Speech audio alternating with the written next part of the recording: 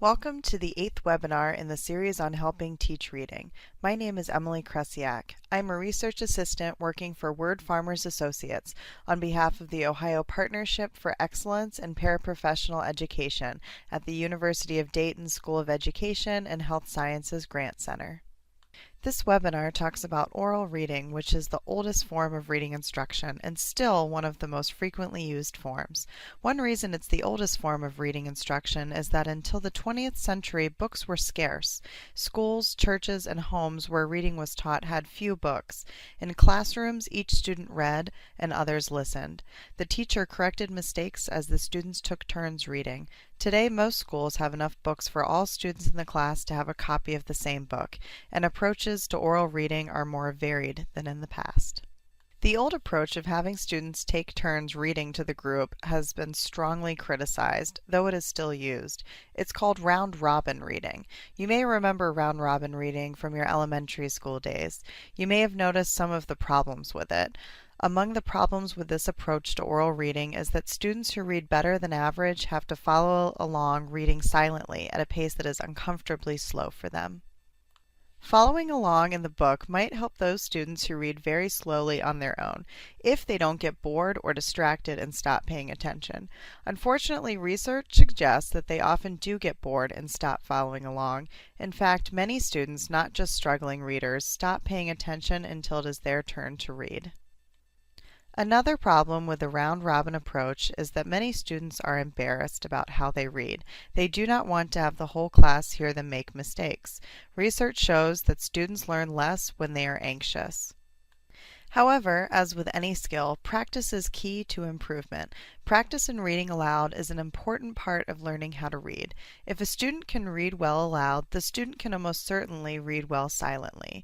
The major goal in oral reading is to have students read aloud with fluency and expressiveness. Fluency and expressiveness are linked. They result from a combination of reading skills. Fluency is sometimes used to refer to reading speed or rate, how many words the reader reads per minute.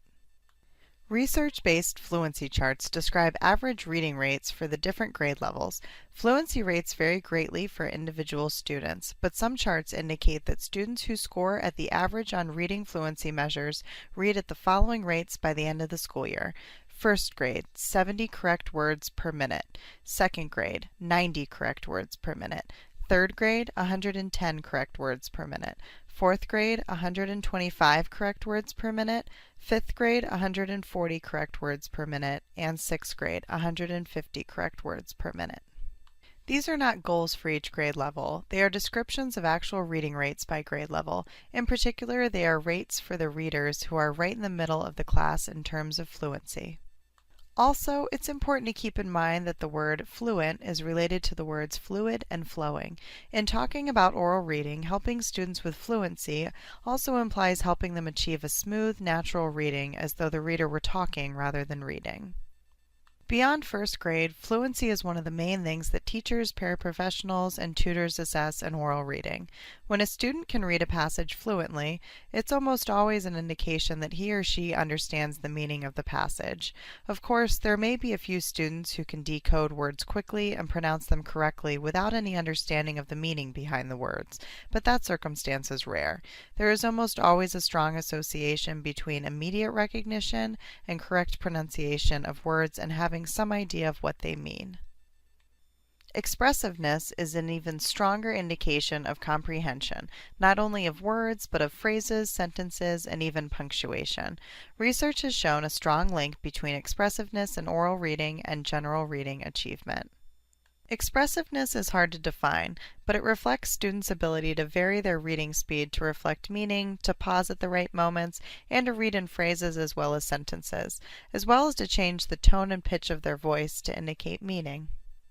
A simple example of expressiveness is when a student varies the rhythm and voice to show different feelings implied by the words, sentences, and phrases. The student knows to read a sentence like, "Let's surprise Julie and treat her to an ice cream cone," in a different tone and rhythm than a sentence like, "They looked all over the neighborhood and couldn't find their lost puppy." Another simple example of expressiveness is when a student knows to raise the pitch of his or her voice at the end of a question and to drop the pitch and volume a little at the end of a statement. For example, the following would be read aloud slightly differently at the end of each sentence. My name is Margaret Dawson. Your name is Margaret Dawson? Listening to students read orally is an effective way for teachers and paraprofessionals to assess students' progress in decoding, sight reading, and comprehension of reading material. However, the main benefit of oral reading is for instruction. As teachers and paraprofessionals or tutors listen to students read orally, they can help them learn to recognize words and use punctuation to help express meaning in a way that they can't help the students if they're reading silently. In addition, the practice in oral reading is focus practice. When reading silently, the student's mind can drift off at times. This can happen with oral reading too, but it's less likely to happen, especially with students who are still learning how to read. Fortunately, many good ways to offer practice in oral reading have been developed to replace round-robin reading. Most of them are one-on-one methods, with a teacher, paraprofessional, or tutor guiding the practice. The student reads and the listener gives help as needed. One specific form of such help has the teacher, paraprofessional, or tutor read a phrase or sentence aloud first to show how it should be read, and then having the student read the sentence. This method is called echo reading. In echo reading, the teacher or paraprofessional often moves his or her finger along the words, phrases, and sentences so that the student can track the print and see where the adult pauses. After the teacher or paraprofessional reads the phrase or sentence, the student imitates or echoes by reading the phrase or sentence in a manner similar to that used by the adult. Echo reading can help students improve their sight word recognition and expressiveness. Another one-on-one form of oral reading instruction is paired reading or partner reading. One way of doing paired reading is simply to have two students take turns reading to each other. The turns should be short, of course, or the student who is not reading may lose focus on the passage. This form of paired reading works well with two students who are at about the same reading level. Even if they both are struggling readers, each knows some different words from the other. Readers at the same level can help each other without feeling self-conscious in the way that a struggling reader might feel in reading to a peer who is a noticeably better reader.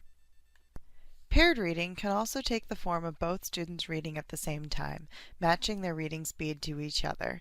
This form of paired reading may work better when one of the two students is a somewhat better reader than the other. The better reader can slow his or her reading pace a little, and the struggling reader is able to read a little faster than he or she could in reading the passage alone. The struggling reader follows along orally with the better reader. When a pair of students reads together, you could say they're doing a form of choral reading, yet another method of having students read orally. However, choral reading is usually done by a whole class or a group of several students. Choral reading can just mean reading in unison, but it is often scripted like a performance, with different students or groups of students assigned different sentences. In choral reading, students strive for a more dramatic effect than if they were just reading any passage together. For example, different students might read different lines of a narrative, but the whole group might read a refrain, a section of the passage that is like a chorus of a song in that it is repeated. Sometimes one student reads a sentence, and then another student joins in on the second sentence, and then another student on the third line, and so on. The many ways in which readers' voices are combined can achieve dramatic effects that couldn't be achieved by a single reader. Poems are often used for choral readings, but even for students in the intermediate grades, the simple stories and picture books also offer surprisingly good material for scripting, assigning different sentences or lines to be read by individual students, the group, and subgroups, such as all the girls or all the boys in the group. Other than reading difficulty level, the main thing to consider in selecting material is that it be rhythmic and lend itself to expressiveness. For practical purposes, such selections should usually be short poems, though longer ones work in some cases with older students. Repeated practice in oral reading is essential to helping students master reading skills needed for fluency and expressiveness. Repeated oral reading practice is especially helpful when it uses a variety of approaches that take into account individual readers' skills. It is also helpful when oral reading practice keeps readers' attention focused on the reading material. Students particularly like oral reading when the passages are engaging, even entertaining much of the time. Enjoyable experiences with oral reading are essential to helping students get pleasure from reading and seek it out rather than avoid it.